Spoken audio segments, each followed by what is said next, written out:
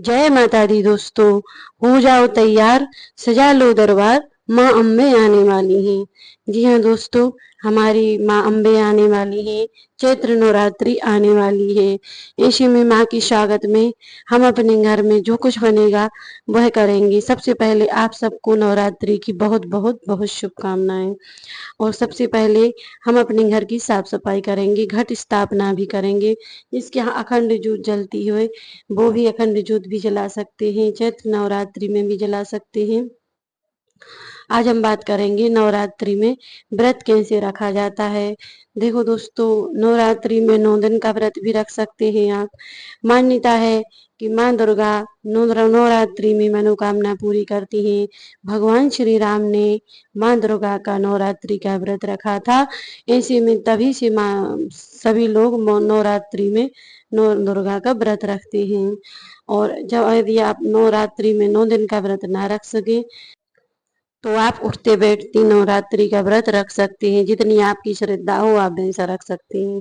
दोस्तों, आज हम आपको बताएंगे नवरात्रि में कुछ विशेष बातें ध्यान में रखनी होती हैं जिन्हें हम नहीं रखते। नवरात्रि में क्या करना चाहिए? सबसे पहले नवरात्रि में नाखून नहीं काटना चाहिए, बाल आदि नहीं काटने चाहिए। नवरात्रि के 9 दिनों में हमें ब्रह्मचार्य व्रत का पालन करना चाहिए। दोस्तों, हर एक नारी दुर्गा का रूप होती है, हर एक नारी में माँ दुर्गा का वास होता है। जब घर की पत्नियां अपने व्रत रखती हैं और माँ दुर्गा का पूजन करती हैं तो वह दुर्गा के समान हो जाती है। ऐसे में हम ब्रह्मचार्य व्रत का पालन करेंगे। दोस्तों, जब हमें नवरात्रि का व्रत रखना है तब हम किसी की चुगली नहीं करेंगे, इस बात का विशेष ध्यान रखना है। किसी की निंदा नहीं करेंगे। निंदा करने से दोस्तों हमारे व्रत का फल हमें नहीं मिलता है। इस प्रकार हम किसी की निंदा नहीं करते। किसी भी व्रत में किसी की चुगली या निंदा नहीं की जाती है।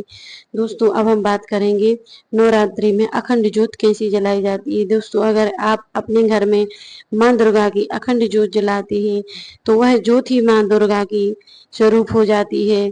और उसके लिए विशेष ध्यान रखना पड़ता है। जिस घर में अखंड ज्योत जलती है उस घर के दरवाजे कभी बंद नहीं होने चाहिए, उस कमरे के दरवाजे हमेशा खुले रहना चाहिए और उस घर को कभी अकेला छोड़कर हमें कहीं नहीं जाना चाहिए। अखंड ज्योत का मतलब होता है जो कभी टूटे ना। इसीलिए हमें अखंड ज्योत जलाने पर बहुत ख्याल रखना पड़ता है। वह दीपक कभी बुझना नहीं चाहिए।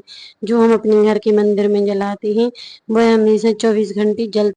दोस्तों, जिसके घर में अखंड ज्योति जलती है माँ दुर्गा का आशीर्वाद उसे प्राप्त होता है। माँ दुर्गा उससे प्रसन्न हो जाती हैं और आशीर्वाद देती हैं। दोस्तों, नवरात्रि में 9 दुर्गा के 9 रूप होते हैं और 9 रूपों की पूजा हम अलग अलग प्रकार से करते हैं। माँ नवरात्रि के 9 भोग 9 दिन के होते हैं जो कि मैं अगले वीडियो में आपको बताऊंगी कौन कौन से भोग कौन कौन से दिन आपको लगाना चाहिए। तो मिलते हैं नेक्स्ट वीडियो में। श्री जय माता दी सभी के भक्तों के लिए।